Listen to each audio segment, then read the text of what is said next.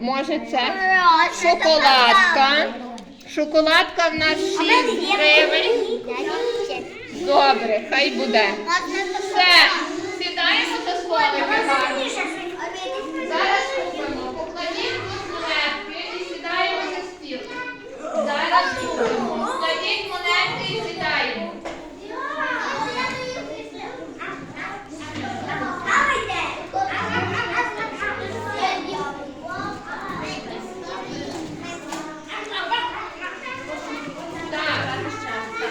Оксанка і Лія дякують вам за гарне заняття. За те, що ви так гарно працювали.